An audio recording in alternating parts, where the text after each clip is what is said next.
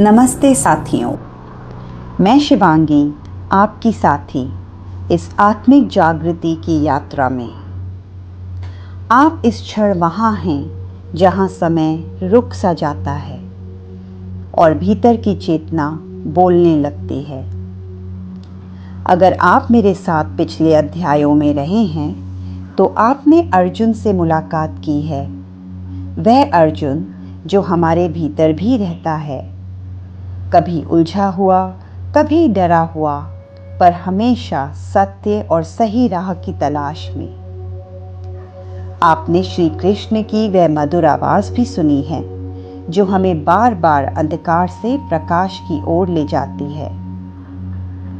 आज हम अध्याय 4 में प्रवेश कर रहे हैं, जहाँ कृष्ण केवल कर्म की नहीं बल्कि ज्ञान के उस प्रकाश की बात करते हैं जो हर कर्म को पूजा बना देता है।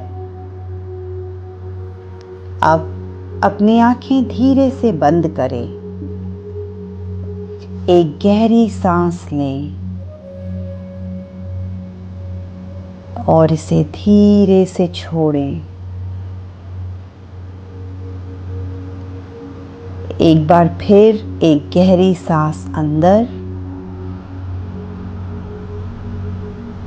और धीरे धीरे इसे बाहर छोड़ें।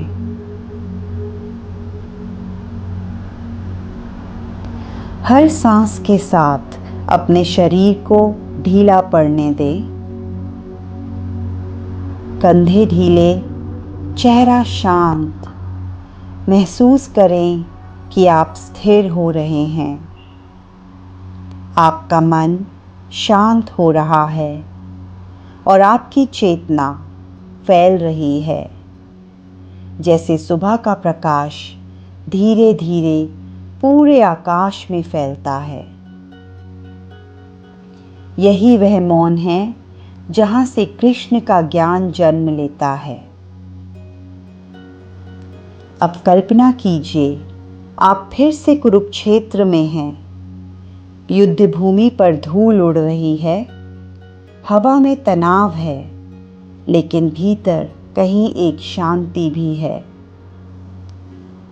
अर्जुन श्री कृष्ण की ओर देखते हैं और पूछते हैं, आप कहते हैं कि आपने यह ज्ञान सूर्य को दिया था, पर आप तो अभी जन्मे हैं।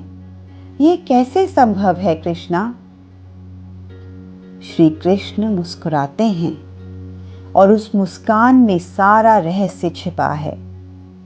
वह कहते हैं, अर्जुन, जब जब अधर्म बढ़ता है, जब जब संसार में अंधकार छा जाता है, तब तब मैं जन्म लेता हूँ, धर्म की रक्षा करने, सत्य को जगाने और संतुलन लौटाने के लिए। यह केवल भगवान के अवतार की बात नहीं है, यह संदेश है हम सबके भीतर के प्रकाश का। जब भी हम जीवन में खो जाते हैं, जब भी भ्रम छा जाता है, वह भीतर का कृष्ण फिर जाग उठता है, हमें सही दिशा दिखाने के लिए। श्री कृष्ण आगे कहते हैं, जब तुम बिना लोभ के कर्म करते हो तो तुम्हारा कर्म पवित्र बन जाता है। जब तुम बिना अहंकार के सेवा करते हो तो तुम्हारी सेवा पूजा बन जाती है। और जब तुम जान लेते हो कि मैं तुम्हारे माध्यम से कार्य कर रहा हूँ, तो तुम्हारा हर कर्म ईश्वर को अर्पण हो जाता है। अब थोड़ी देर रुकें और इस सत्य को महसूस करें। हर काम में, हर विचार में, हर शब्द में अगर सजगता और प्रेम है तो वही गीता का कर्म योग है।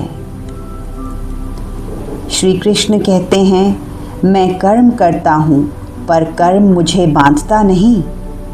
जो इसे समझ लेता है वह भी कर्म करते हुए मुक्त हो जाता है।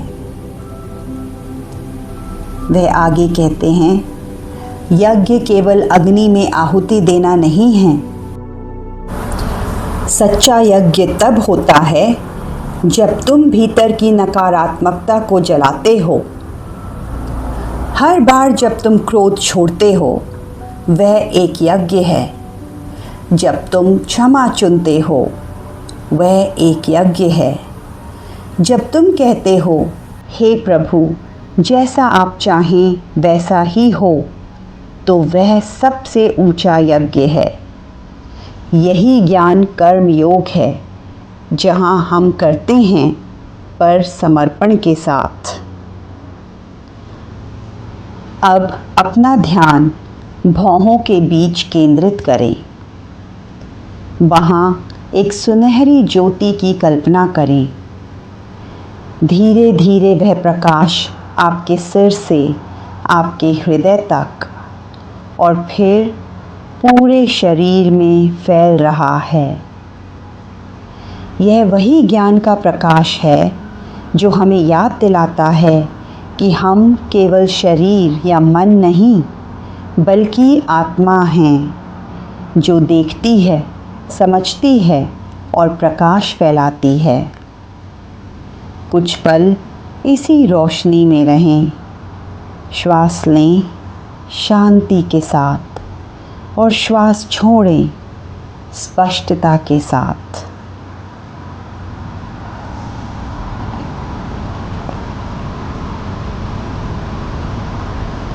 अब धीरे धीरे अपनी चेतना को आसपास के वातावरण में लाएं। हवा को महसूस करें, आवाज़ों को सुनें और अपने भीतर लौट आई स्थिरता को जानें। एक गहरी सांस लें और मन में दोहराएं, मैं ज्ञान से संचालित हूँ। मेरे कर्म प्रेम और सजगता से भरे हैं। मैं कर्म करता हूँ पर वह ईश्वर को अर्पण है। आज का संकल्प लेते हैं। मेरा ज्ञान मेरे कर्मों को प्रकाशित करता है। अब कमेंट में लिखिए आज आप कौन सा छोटा सा कार्य पूरी सजगता और प्रेम से करने जा रहे हैं। याद रखिए, आपका एक विचार किसी और के जीवन में प्रकाश ला सकता है। अगले सप्ताह हम पहुंचेंगे 5वें अध्याय में, जहां श्री कृष्ण हमें बताते हैं कि सच्चा त्याग भागना नहीं बल्कि सजग होकर जीना है। अर्जुन कभी अकेले नहीं थे और आप भी अकेले नहीं हैं। मैं हूँ शिवांगी, आपकी साथी इस यात्रा में, जहाँ हम अपने भीतर के श्री कृष्ण से मिलते हैं, उस शांत, बुद्धिमान और प्रेममय स्वर से जो हमेशा कहता है मैं यही हूँ। क्योंकि हर सच्ची यात्रा भीतर से ही शुरू होती है, वहाँ जहाँ आत्मा सुनने लगती है। जय श्री कृष्ण।